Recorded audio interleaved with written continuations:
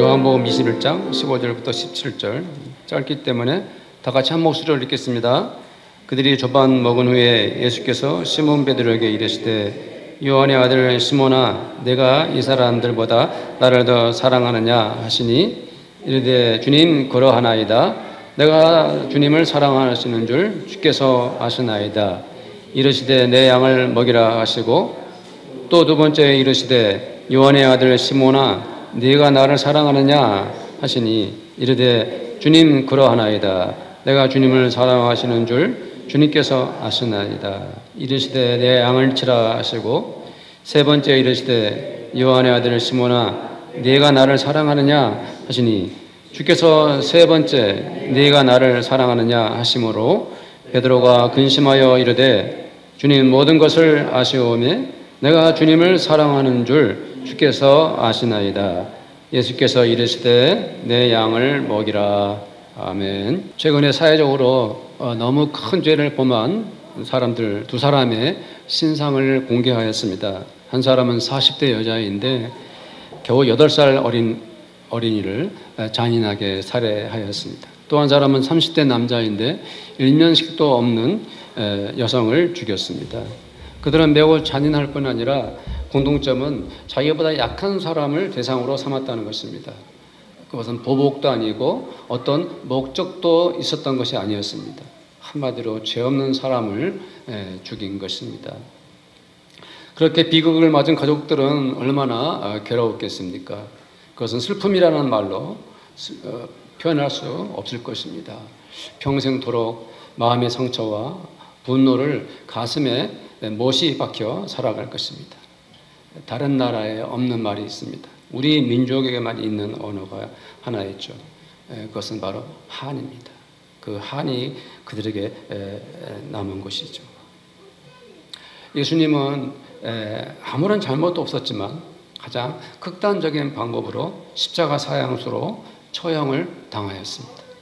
가장 선하시고 그토록 온유하신 주님이 왜 그렇게 죽어야 했습니까? 그 죽음의 현장에는 많은 사람들이 있었습니다. 먼저 로마 군병들과 유대교 종교 지도자들 그리고 선동자들이 몰려왔었습니다. 총독 빌라도는 예수님에게 죄가 없다는 것을 알고 주님을 석방하고 대신 밀란과 살인으로 옥에 갇힌 바라바를 사형시키려고 했지만은 그들은 아우성치면서 이렇게 말했습니다. 누가복음 23장 18절 말씀을 함께 읽어보겠습니다. 시작. 우리가 일제히 소리질러 이르되 이 사람을 없이 하고 바라바를 우리에게 놓아 주소서 하니 22절 23절 말씀도 우리 함께 보겠습니다. 빌라도가 세 번째 말하되 이 사람이 무슨 악한 일을 하였느냐 나는 그에게서 죽일 죄를 찾지 못하였나니 때려서 놓으리라 하니 그들이 큰 소리로 재촉하여 십자가에 못 박기를 구하니 그들의 소리가 이긴지라. 23절 마지막 부분에 그들의 소리가 이겼다는 말을 보십시오. 빌라도는 죄 없는 예수님을 사형 판결했는데 그것은 선동자들의 고함 소리에 굴복을 한 것입니다. 진실이 아닌데도 죽일 죄는커녕 그 어떤 죄목도 없었는데 거짓으로 가득 찬 사람들의 압력에 빌라도는 무릎을 꿇고 말았습니다. 3번이나 무죄라고 주장했던 빌라도는 지도자로서 무능했을 뿐 아니라 그가 얼마나 사악한 자였는가 하는 것을 만천하에 드러낸 것입니다. 자, 35절, 37절에는 이렇게 기록되어 있습니다. 또 한번 읽어보겠습니다. 시작. 백성은 서서 구경하는데 관리들은 비웃어 이르되 저가 남을 구원하였으니 만일 하나님이 택하신 자 그리스도이면 자신도 구원할지어다 하고 군인들도 희롱하면서 나와 신포도를 주며 이르되 네가 만일 유대인의 내가 너를 구원하라 하더라. 예수가 어떻게 죽는가 하고 구경하는 사람들도 있습니다.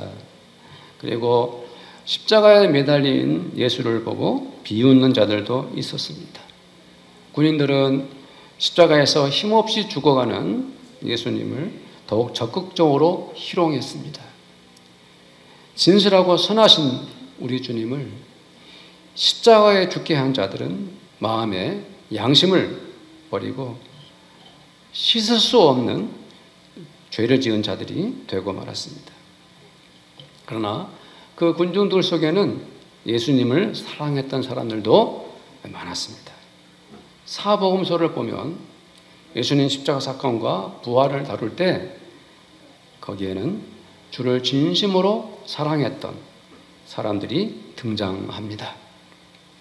누가복음 23장 27절 말씀 보면 예수께서 십자가를 지고 가실 때 뭐라고 기록되어 있냐면은 또 백성과 및 그를 위하여 가슴을 치며 슬피 우는 여자의 큰 무리가 따라왔다. 이렇게 기록되어 있습니다. 숱한 군중들과 그리고 슬퍼 부르짖는 수많은 여인들이 십자가를 지고 가시는 예수님을 따라갔습니다. 요한복음 19장 25절에도 이렇게 기록되어 있죠. 한번 읽어보겠습니다. 시작. 예수의 십자가 곁에는 그의 어머니와 이모와 글로바의 아내 마리아와 막달라 마리아가 섰는지라. 이렇게 기록되어 있죠. 우리는 이 여자들이 얼마나 주님을 사랑했는지 그 마음을 알 것 같습니다. 예수님의 어머니 마리아는 말할 것도 없고 막달라 출신이었던 마리아는 사연이 많은 사람입니다. 누가복음 8장에 보면 막달라 마리아는 7 귀신 들린 여자였습니다. 그런데 주님께서 그 여인을 고쳐주셨습니다. 귀신을 쫓아내시고 그의 몸과 마음을 건강케 하셨죠. 그리고 누가복음 8장 3절에 보면 바로 이 막달라 마리아가 자기 소유로 예수님을 섬겼다라고 이렇게 말씀해 놓았어요. 이 여인들은 예수님을 얼마나 사랑하고 어떻게 진심으로 믿었는지 십자가 바로 밑에서 죽음의 현장을 지켰던 것입니다. 마가복음 15장 40절 41절에는 또 이렇게 말하고 있습니다. 한번 읽어볼까요? 멀리서 바라보는 여자들도 있었는데 그 중에 막달라 마리아와 또 작은 야고보와 요새의 어머니 마리아와 또 살로메가 있었으니 이들은 예수께서 갈릴리에 계실 때에 따르며 섬기던 자들이요 또 이 외에 예수와 함께 예루살렘에 올라온 여자들도 많이 있었더라. 아멘. 이 여자들은 얼마나 슬퍼했을까요? 그들은 십자가에 매달려 돌아가시는 주님을 뵈면서 마음이 아파 울며 통곡했습니다. 사랑하는 분이 자기들 눈앞에서 죽어가는 그 현장을 그저 견뎌야만 했을 그 여인들은 얼마나 서러웠을까요? 갈릴리에서부터 예루살렘까지 머나먼 길을 예수님을 따라온 여자들은 바로 그곳 갈릴리에서 일상생활 속에서 예수님을 만났던 사람들입니다. 갈릴리에서 예수님 말씀 전하면 복음을 들었던 사람들입니다. 예수님께서 행하신 이적들을 일일이 지켜봤던 사람들이 바로 갈릴리에서 온 여인들입니다. 그 많은 여자들이 바로 갈릴리에서부터 예루살렘까지 예수님을 따라온 사람들입니다. 그래서 이 여인들이 더욱 예수님의 십자가의 그 죽음을 슬퍼하고 애통했던 것이죠. 그러나 예수님을 사랑했던 사람들은 여자들뿐만이 아니었습니다. 사복음서에는 아리마대 출신 요셉, 그가 기록되어져 있습니다. 독특한 것은 마태, 마가, 누가, 요한 이 네 사람이 요셉에 대해서 각자 자신의 관점에서 말하고 있습니다.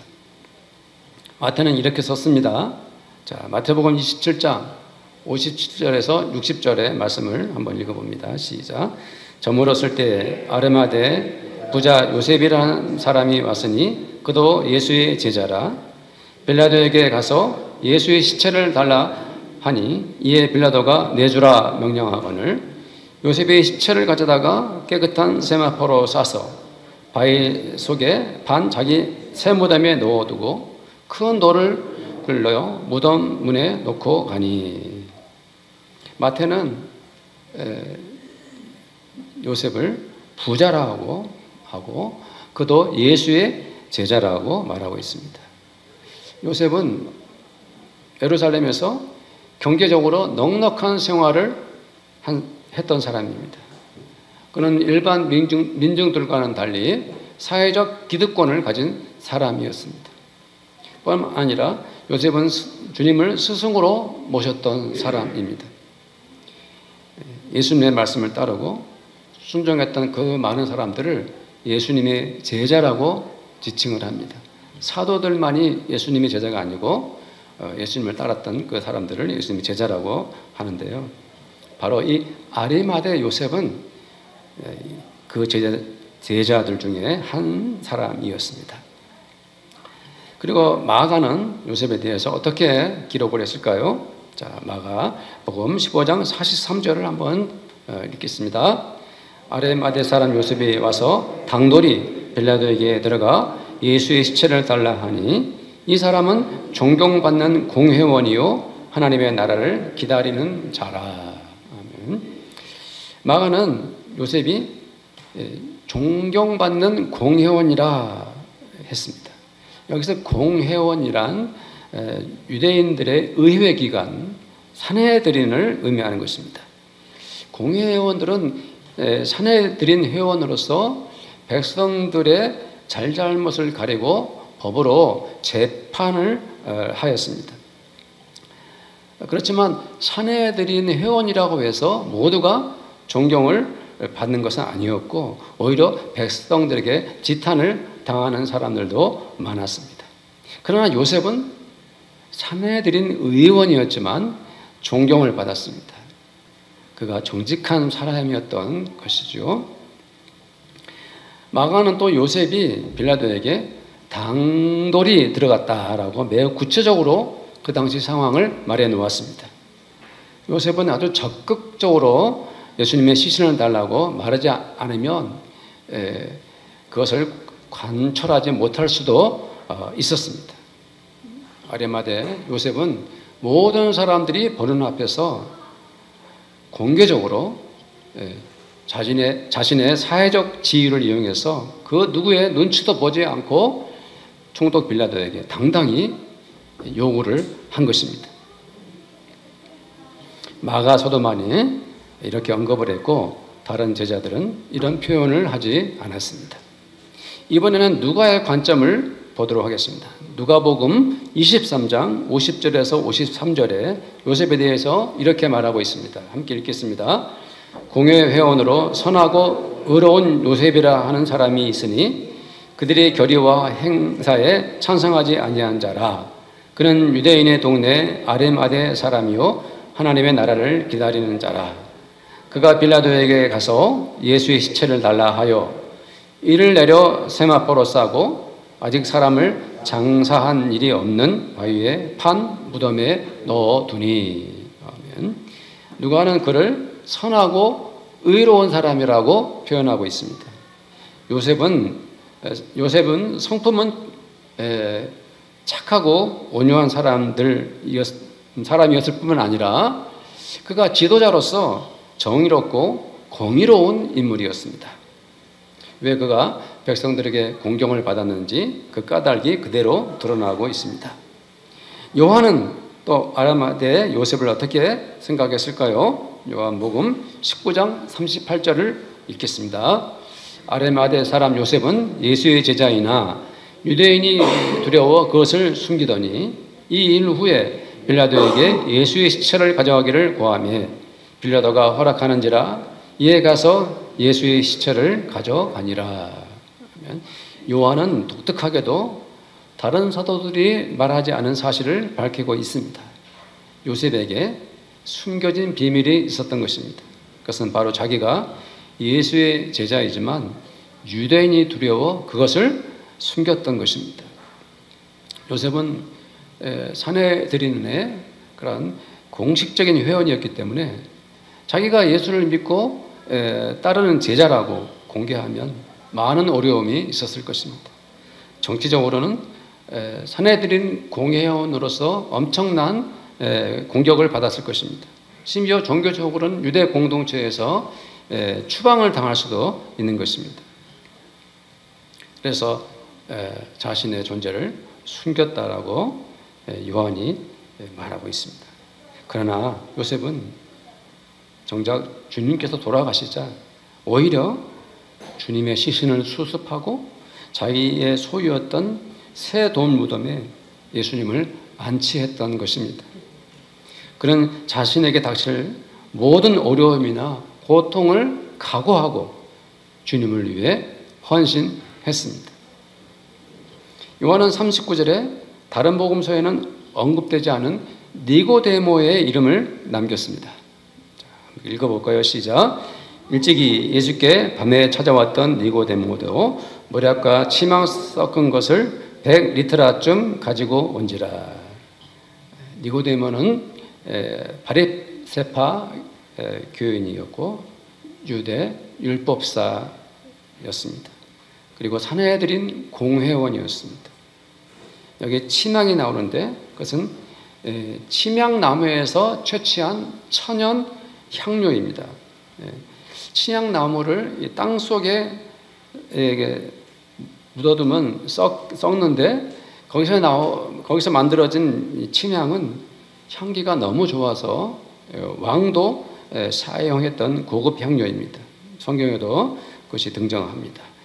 이 치명나무의 진, 이것은 방향제로서 효과가 좋아가지고 향수로 쓰일 뿐 아니라 모략과 섞어서 시체의 방부제로 사용했던 것이죠.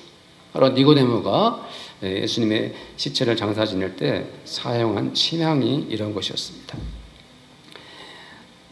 아리마대 요셉처럼 니고데모도 자기에게 어떤 어려움이 닥칠지 알 수 없었지만 이렇게 예수님의 장례를 위해 자신의 몸을 바쳤습니다. 우리는 장례식장에서 수많은 사람들을 만날 수 있습니다. 조문을 온 사람들이라고 해서 다 슬퍼하거나 울지는 않습니다. 물론 유가족분들에게 정중히 예도를 표하지만 그저 그것은 겉으로 드러난 예절인 것이죠. 그러나 정말 사랑했던 사람들은 돌아가신 분들을 위해 울지 않을 수 없습니다. 가족들, 친구들, 성도들 떠나보내면서 마음 아파서 슬퍼하는 것이죠. 그렇습니다. 예수 십자가 곁에까지 따라온 그 많은 여인들과 백성들, 그리고 아리마대 사람 요셉, 또한 니고데모까지 모두가 주님을 사랑했던 사람들이 아닙니까? 우리는 이 모든 사람들을 생각하면서 이들이 오늘 이 시대에 우리들과 같이 살아가는 인물들이라면 과연 어떻게 행동했을까? 그들은 어떤 모습으로 주님을 사랑했을까? 상상해 봤습니다. 예수께서 십자가에 돌아가시는 그 현장에까지 와서 끝까지 주님 곁에 서고자 했던 이 사람들은 오늘날에 어떤 성도들일까 생각해 봤습니다.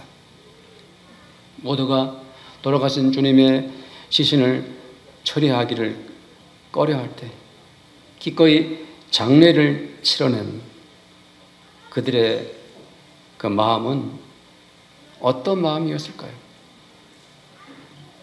저는 그 마음을 순수한 사랑이라고 말하고 싶습니다.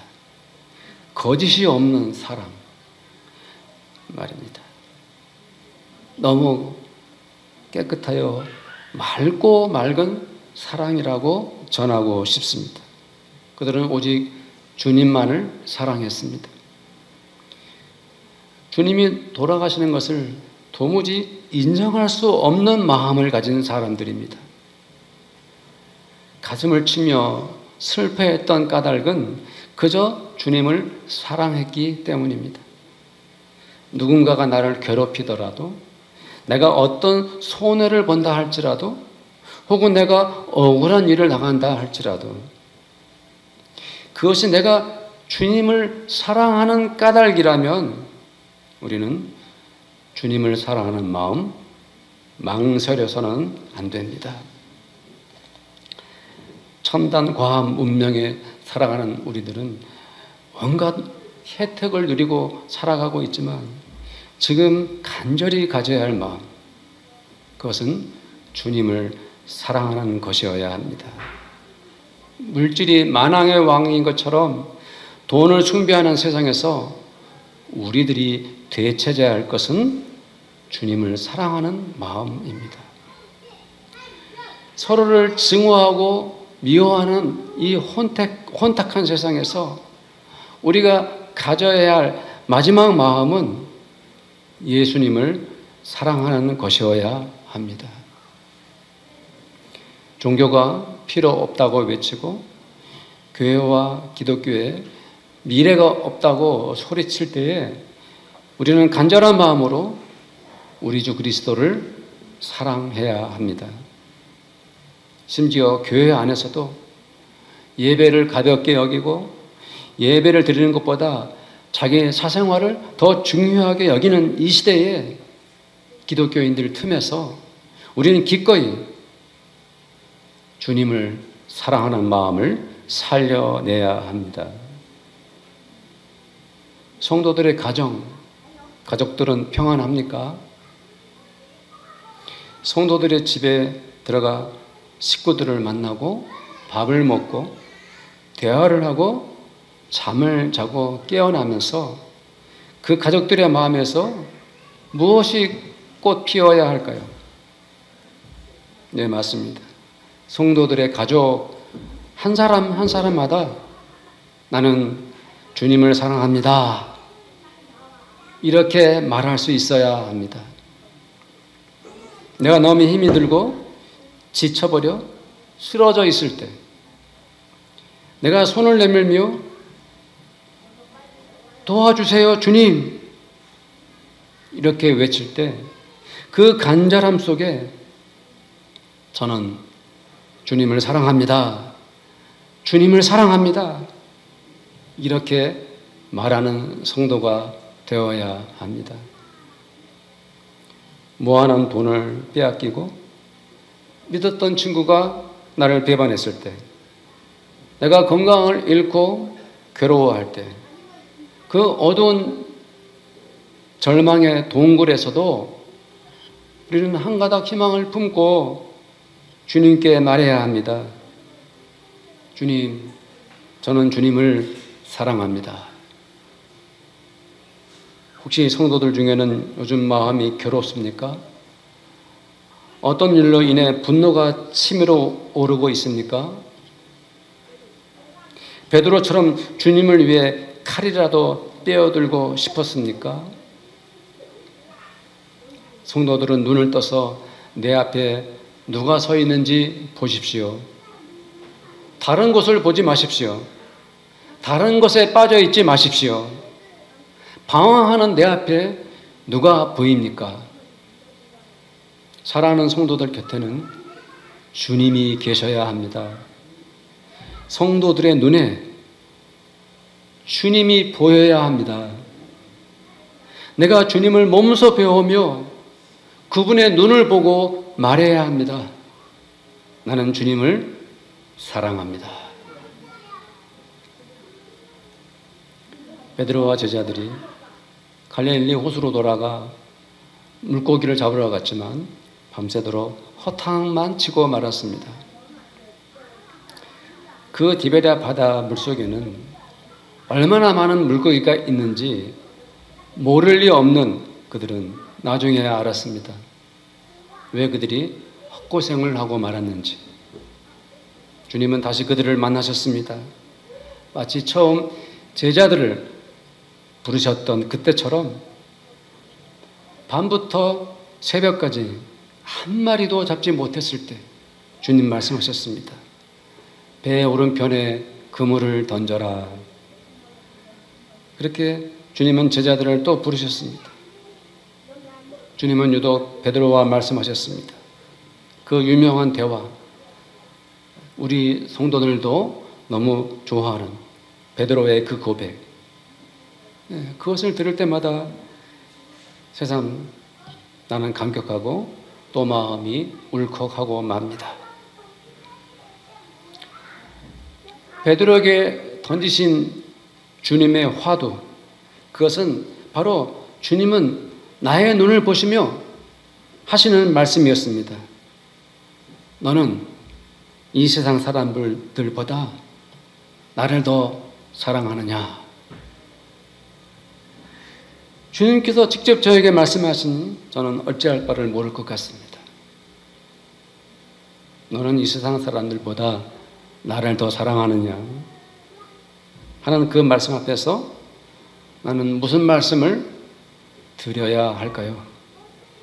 사랑하는 성도들, 바로 지금 이 자리에서 성도들에게 주님은 물어보십니다. 너는 이 세상 사람들보다 나를 더 사랑하느냐? 성도들도 한번 말해 보십시오. 무엇이라고 말할까요? 베드로는 심의로 오르는 주님의 사랑에 못 견디고 이렇게 말하고 말았습니다. 내가 주를 사랑하는 줄 주께서 아십니다. 사실 베드로는 너무 비겁한 사람입니다. 예수님이 십자가 고난을 당하실 때 주님을 3번이나 부인했던 사람이 베드로입니다. 예수님이 십자가 사형을 당하시고 돌아가실 때까지도 집에 숨어있던 사람이 베드로입니다. 심지어 주님께서 부활하신 후 2번이나 그들 가운데 찾아오셨는데도 그런 다른 제자들보다도 앞장서서 갈릴리 바다로 돌아가 물고기를 잡겠다고 한 사람입니다. 주님의 십자가 죽음, 그 부활의 참뜻도 깨닫지 못하고 디베랴에 자신의 몸을 숨긴 베드로가 아닙니까? 속 시원한 데라고는 조금도 없는 사람이 베드로입니다. 진실하거나 진지한 면을 찾아보기 어려운 사람이 베드로입니다. 마지막까지 피해 다니고 자신이 주님 앞에서 어떻게 행동해야 할지 분명한 것을 정하지 않았던 베드로가 아닙니까? 그러나 주님은 그의 모든 것들을 다 받아주셨습니다. 주님은 베드로가 얼마나 나약한 사람인가를 잘 아셨습니다. 그가 그토록 부족한 것, 투성이인 것을 주님께서 왜 몰랐겠습니까? 주님은 그저 언제나처럼 베드로를 사랑하셨습니다. 그가 잘하고 훌륭해서가 아니라 그 모양 그대로 예수님은 사랑하셨습니다. 마치 집을 나간 둘째 아들을 기다렸던 아버지처럼 상처받고 흠도 많은 베드로를 사랑으로 꼭 품으셨을 따름입니다. 멈추지도 않는 사랑, 변하지도 않는 사랑, 바람이 불듯 햇볕이 쏟아지듯 물이 흐르는 것처럼 주님은 베드로를 사랑하셨습니다. 주님의 사랑을 아는데 어찌 거부하겠습니까? 그 사랑이 밀려오는데 어떻게 거절하겠습니까? 그 사랑이 벌써 자기를 붙잡고 말았는데 또다시 도망칠 수 있겠습니까? 너 왜 그러니? 너는 내 마음을 정녕 모르겠니? 이렇게 말씀하지 않고 주님은 물으셨습니다. 요한의 아들 시몬아, 너는 이 세상 사람들보다 나를 더 사랑하느냐? 춥고 모질게 그리고 꽁꽁 얼어붙던 겨울이 물러나가고 봄볕에 새싹이 나듯 베드로의 마음에도 사랑의 꽃이 피었습니다. 예수님 사랑에 떠밀려 그는 말합니다. 내가 주를 사랑하는 줄 주께서 아십니다. 저는 우리 교회 성도들이 한 사람 한 사람마다 베드로가 되기를 바랍니다. 부끄럽고 비겁한 나를 찾아와 또다시 그 사랑으로 나를 껴안으시는 주님의 품에 안기는 성도들이 되기 바랍니다. 그냥 철없는 어린아이처럼 주님의 사랑에 못 이겨 주님 사랑합니다 이렇게 말하기를 바랍니다. 이제는 주님의 사랑을 거역하지 마십시오. 주 예수님의 사랑은 얼마나 온유하고 따뜻합니까? 그저 나를 사랑하는 그 마음 하나로 내 손을 잡으시는 주님께 성도들의 마음을 맡기셔야 합니다.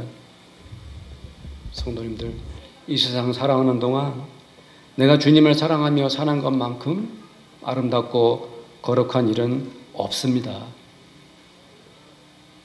저는 오늘 우리 성도님들이 주님 앞에 힘차게 다 함께 고백하기 원합니다. 그것은 예수님, 제가 주님을 사랑합니다. 주님 사랑합니다. 라고 우리 모두 함께 큰 소리로 말해보기 원합니다. 어색합니까? 그렇게 말하기 어렵습니까? 자, 우리 따라해 봅시다. 제가 한 말 그대로 한번 따라해 보십시오. 예수님, 제가 주님을 사랑합니다.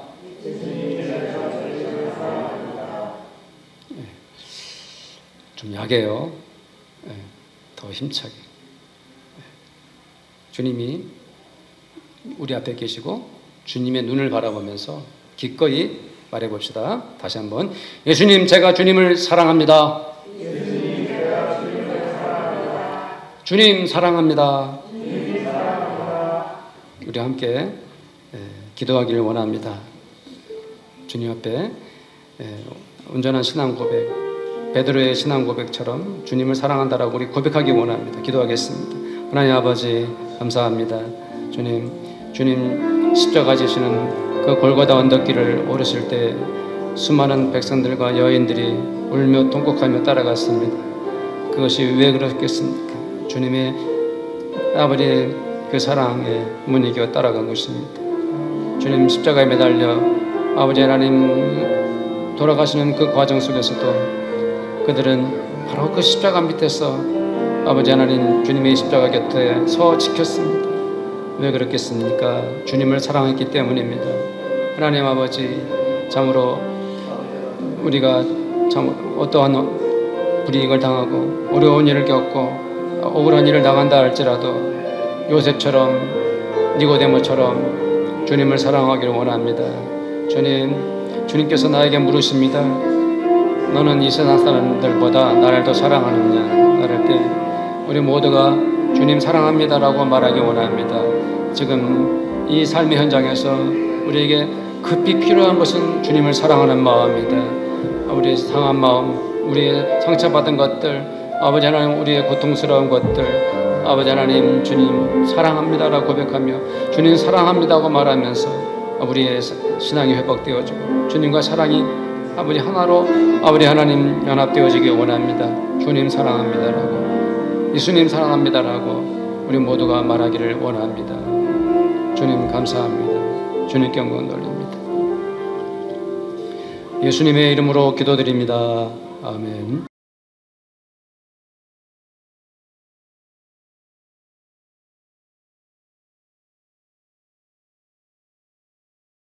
지금은 우리를 사랑하신 우리 주 예수 그리스도의 은혜와 독생하신 그리스도를 이 땅에 보내어 주시는 하나님 아버지 그 사랑하심과 우리가 우리 주 예수님을 사랑할 수 있도록 우리 마음에 큰 은혜를 부어주시는 성령님의 교제하심이 오늘 이렇게 예배드리는 사랑하는 주의 모든 아들, 딸들 머리 위에 그들의 가정과 또 그들이 열심히 일하는 일터와 또 공부하는 학교들 그리고 우리 빛과 소금의 교회 위에 지금부터 영원토록 함께 있을지어다. 아멘.